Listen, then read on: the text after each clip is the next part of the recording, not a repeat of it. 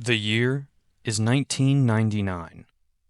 You just finished watching the latest episode of the hit sitcom Friends, set in beautiful New York City. I tried attacking two women, did not work. Maybe one day you'll visit and see those breathtakingly sturdy twin towers, you think to yourself.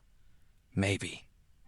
But suddenly, you are shooed away from the front of the television store by its owner. This is the 5th time this week.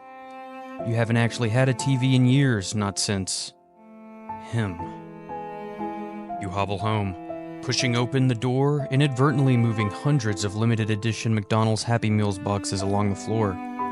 You climb into your makeshift bed and cuddle your Peanut the Elephant Beanie Baby as a single tear falls down your cheek.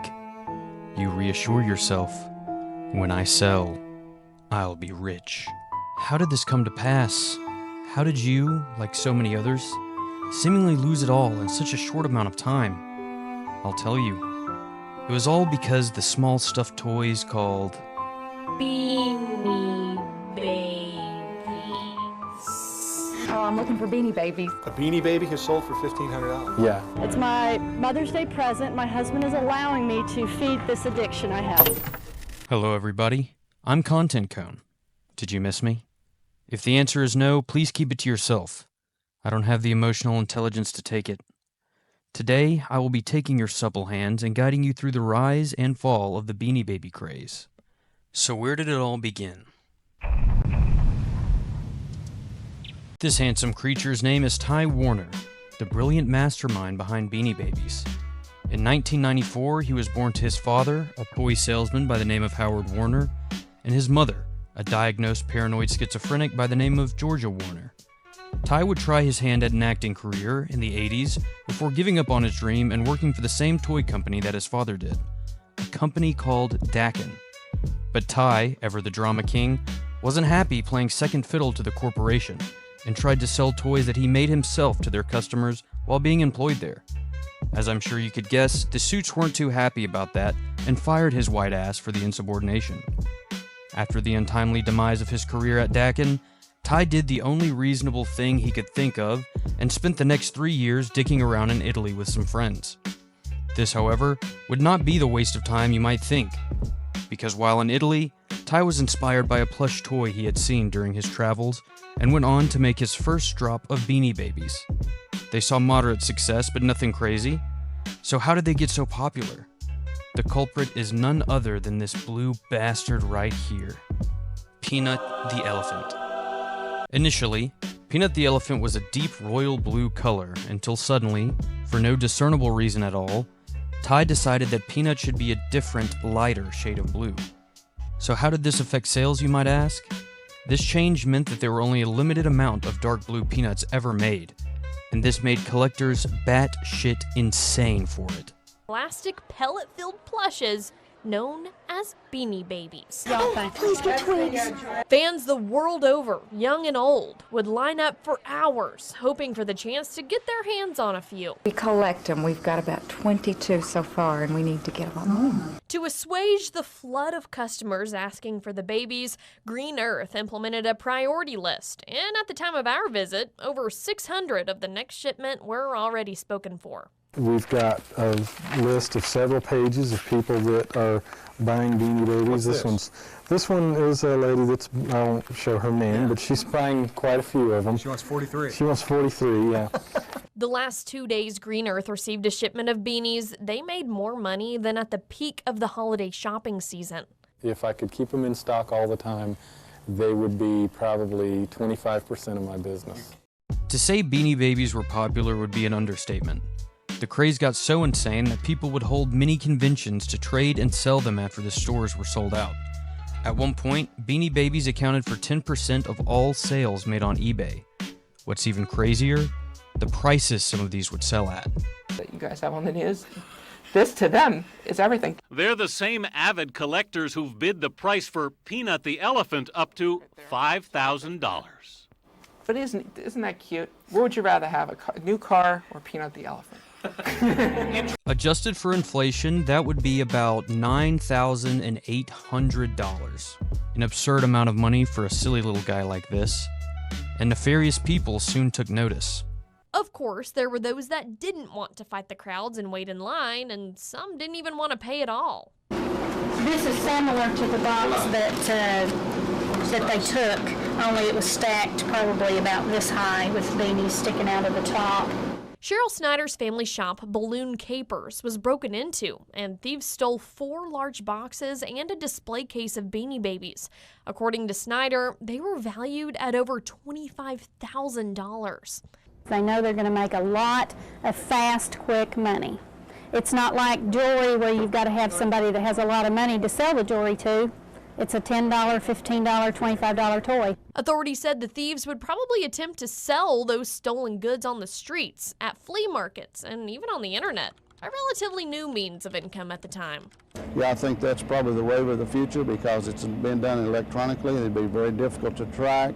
And then again, who knows who you're talking to at any given time. Snyder said that thieves got away with 2 months' worth of inventory. Some absolute scoundrels managed to heist a few boxes of stuffed animals and get away with nearly $50,000 adjusted for inflation.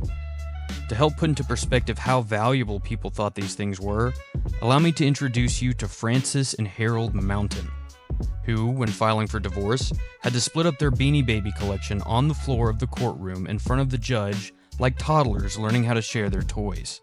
Speaking of kids, you know, the people those toys were made for in the first place, how were they supposed to get any? Well, McDonald's had them covered with their limited edition Happy Meal toys.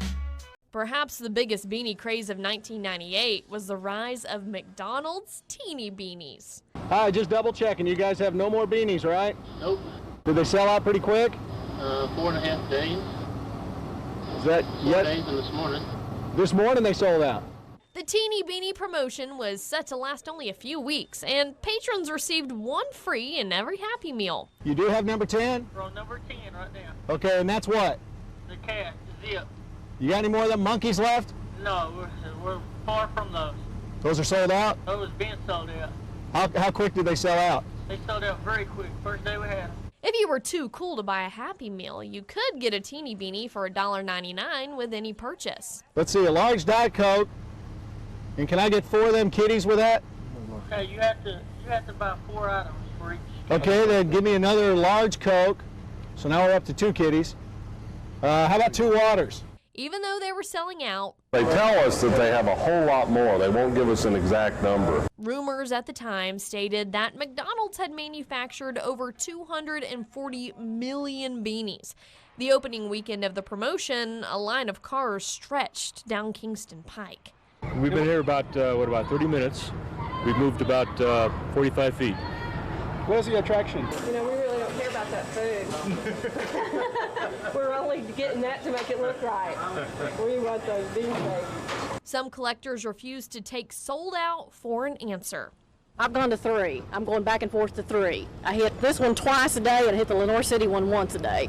Okay. So I've pretty much got it timed how I know they're going to do it. If a particular shop didn't have what you were looking for, you could always try again. What are you going to do now? I'm going to come back to this one in another hour. And get the next one once they change to their next little baby. The elephant. That's the last one we got to get. Of course, just like today with Pokemon cards, unhinged adults scalp the market, leaving none for the actual target audience, the kids themselves, to enjoy. But as the millennium was coming to an end, tragedy struck. For years, nothing's been hotter than those cuddly little animals with cute little names. Almonds. I don't have almonds, right? But abruptly this week, the makers of Beanie Babies, Thai Incorporated, announced over the internet that it's over. So, is it official? It's official. Shop owner Joe Diamond had to post the news. Beanie Babies are dead. It's over. December 31st. Millennium.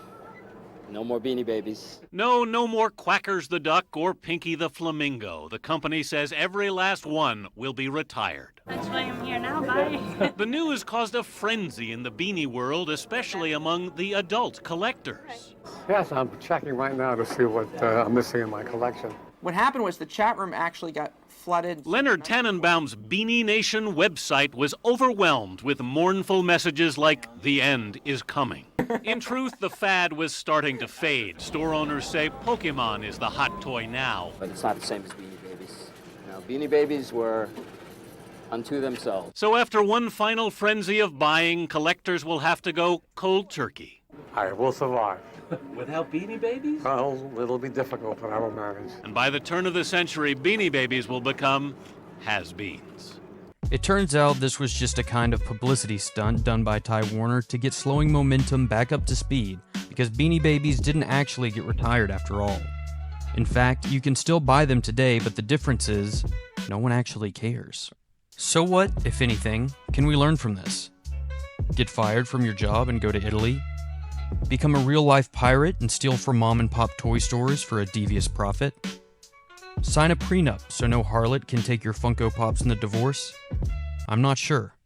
And I'm not a toy maker either, just a traffic cone, so who cares? Goodbye. The new forge is on.